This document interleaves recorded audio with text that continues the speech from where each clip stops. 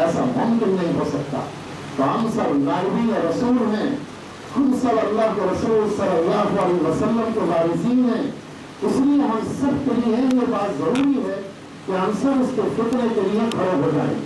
اور اس وقت کو عذر نہیں چلے گا۔ بہت سارے لوگ یہ کہتے ہیں کہ سارے زمانے میں بہت سارے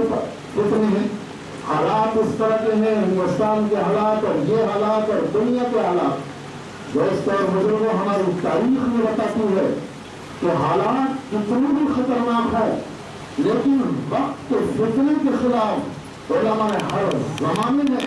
وقت نکالا ہے اور اس کے خلاف کارروائی ہے۔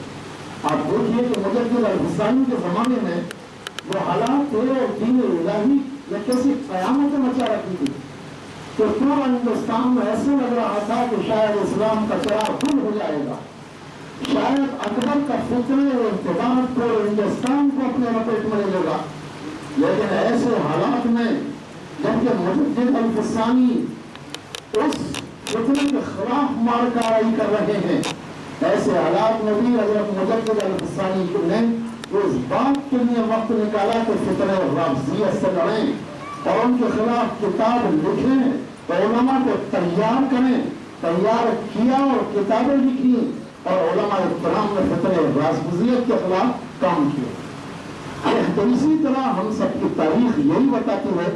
خاص طور پر حضرت علامہ انور شاہ کشمیری رحمۃ اللہ علیہ تو اس وقت دیکھیے کہ جس وقت مقدمہ بھاگلپور میں گئے ہیں تو اس وقت بہت طبیعت خراب ہے، حضرت کی ایسی طبیعت خراب ہے کہ صاحب فراش ہیں، سفر بھی موقوف ہے، درس بھی موقوف ہے اور کابل سے چھٹی لے رکھی ہے، حضرت پڑھا نہیں رہے ہیں، لیکن فتنہ قادیانیت کے خلاف ایسا درد حضرت کے دل میں ہے کہ حضرت والد تڑپ رہے ہیں۔ اور جب بھاگلپور پہنچے ہیں تو بھاگلپور میں تقریر کرتے ہوئے بات حضرت نے کہی کہ اگر ہم ختم نبوت کی حفاظت نہیں کر سکے تو گلی کا کتا ہم سے بہتر ہے۔ حضرت نے کس جذبے سے یہ بات کہی کہ پشاور کے پٹھان عالم حضرت کی تعریف کرنے کے لیے کھڑے ہو گئے اور کہا کہ حضرت والا اتنے بڑے عالم ہیں اور ہندوستان کے دنیا میں حضرت کی نظیر نہیں۔ تو حضرت نے تواضع میں کہا کہ بھائی انہوں نے ہماری بڑی تعریف کر دی، ہماری صورتحال تو یہ ہے کہ ہماری اگر مغفرت ہو جائے تو بہت ہے۔ تو پشاور کے عالم کھڑے ہو گئے جوش میں اور کہا حضرت اگر آپ کی مغفرت نہیں ہوگی پھر کسی کی مغفرت نہیں ہوگی، آپ کی بھی مغفرت کا مسئلہ ہے۔ پھر حضرت نے اس کے جواب میں یہ بات کہی کہ اگر ہم ختم نبوت کی حفاظت نہ کر سکے تو ہم گلی کو کتے سے بچتا ہے۔ غرض دوستوں اور بزرگوں، شکیل بہت ہی چھپ کر